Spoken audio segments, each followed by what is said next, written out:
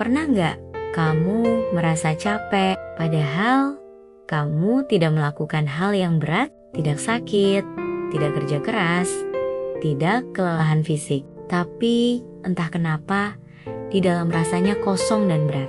Kadang kita terlihat baik-baik saja dari luar, tapi di dalam ada rasa capek yang tidak bisa dijelaskan ke siapapun.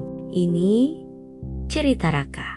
Ada seorang anak bernama Raka. Hidupnya terlihat biasa saja. Sekolah seperti anak lain. Main seperti biasa. Scroll HP, ngobrol, tidur, lalu ulang lagi. Tidak ada hal besar yang mengganggu hidupnya. Tapi akhir-akhir ini sesuatu berubah. Setiap pagi dia bangun, bukan dengan segar, tapi dengan rasa lelah yang tidak jelas. Bukan ngantuk, bukan sakit, tapi seperti ada beban di dalam kepala. Raka awalnya mengabaikannya. Mungkin cuma kurang tidur, pikirnya.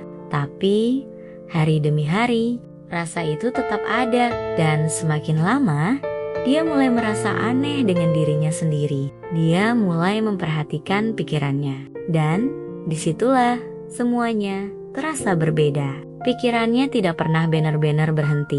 Saat dia diam, pikirannya tetap berjalan, mengulang hal kecil yang sudah lewat, memikirkan chat yang belum dibalas, membayangkan percakapan yang belum tentu terjadi. Bahkan hal kecil bisa diputar ulang berkali-kali. Dan tanpa dia sadari, itu semua menguras dirinya. Raka duduk diam, tidak ada yang terjadi di luar, tapi di dalam kepalanya tidak pernah benar-benar sunyi. Dan saat itu dia berpikir pelan, selama ini aku tidak capek karena hidupku, tapi karena pikiranku sendiri. Raka terdiam cukup lama setelah itu, seperti baru menyadari sesuatu yang selama ini ia abaikan. Dia juga mulai jujur pada dirinya sendiri. Dia sering menahan perasaan. Kalau sedih, dia diam.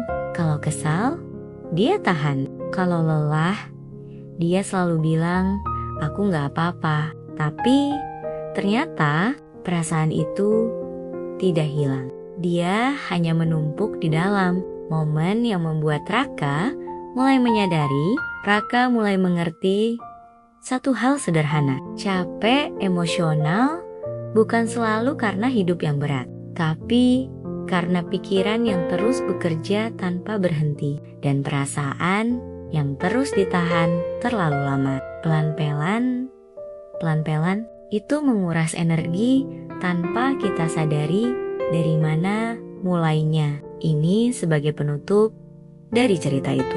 Dan di titik itu, Raka akhirnya berhenti menyalahkan dirinya sendiri. Dia mulai mengerti bahwa tidak semua kelelahan harus punya alasan besar. Tidak semua pikiran harus diselesaikan hari ini.